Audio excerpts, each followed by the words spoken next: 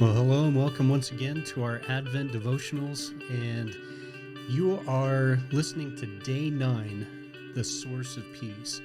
And it's my hope and my prayer that you are encountering God in some significant ways as you spend some time preparing your heart in this Advent season for God's coming and anticipating Christ's coming.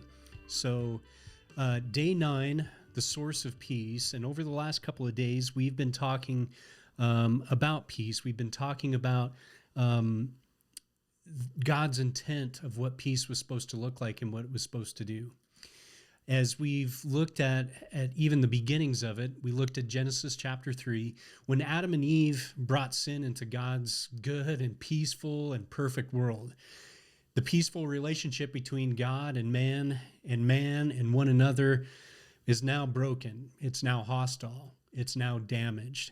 And so thinking through that and understanding that, we often understand that there are times when even today we experience hostility, between two different parties, between two different groups of people, between political affiliations, all of these type of things. And so when that hostility exists, sometimes we need to turn to a mediator, someone who's needed to kind of stand between the two parties and work towards reconciliation. The mediator's sole job is to restore peace between the two and to bring flourishing back into their lives. We talked about that, how shalom is God's intent for what peace should look like, this fullness, this wholeness of our lives. Well, I can think back to when I was a kid and growing up, I would often get into fights with my brothers, and my mom, she would try to mediate between my brothers and I when we would fight over something. She would try and get us to talk it out. She would try and get us to work out our differences. She would maybe even try to get us to hug each other and say something nice to our brothers. I hated that. Now, this worked only a little bit better than my dad's approach of mediating, when he would just make my brothers and I go out and work together in hopes to get past what we were upset at each other about. I'm not so sure that what my dad's intentions were there. I just kind of think that maybe it was him just wanting to get the job done and less of an interest in us getting along, but maybe that's another story. Now, back to this problem between us and God. What's needed to restore peace between us and God is also a mediator. And in order to have peace with God, sometimes someone needs to reconcile us back to God, bringing peace back into our lives. A long time ago, the prophet Isaiah would tell us that this mediator would one day come and that he is the Prince of Peace. In Isaiah 9:6, it says this: "For to us a child is born, to us a son is given, and the government will be on his shoulders, and he will be called Wonderful Counselor, Mighty God, Everlasting Father, and Prince of Peace."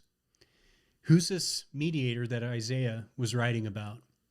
Who is this Prince of Peace? Who is this person who would offer to reconcile us back to God and bring true peace back into our lives? In John 14:27, Jesus says this: "Peace I leave with you, and my peace I give to you." A little later in John chapter 16, verse 33, Jesus says this: "In me you may have peace." Well, obviously we know and we can see that Jesus was that promised mediator. He's the one who would stand between God and mankind in order to restore peace, to reconcile a relationship with God. When Jesus was born, peace finally came back into our world. Now, Jesus is that source of peace, and it's available for you today, for me today. And I think sometimes we feel this peace isn't available for us, or that God couldn't or wouldn't extend this peace to me or maybe to you. It's important to realize that peace and forgiveness are connected. And for us to experience this peace, we first need to experience the forgiveness of God through the mediator of Jesus Christ. I love how David writes about this in Psalm 32, verses 1 through 5. He says this: "Oh, what joy for those whose disobedience is forgiven, whose sin is put out of sight. Yes, what joy for those whose record the Lord has cleared of guilt, whose lives are lived in complete honesty. When I refused to confess my sin, my body wasted away, and I groaned all day long. Day and night, your hand of discipline was heavy on me. My strength evaporated like water in the summer heat.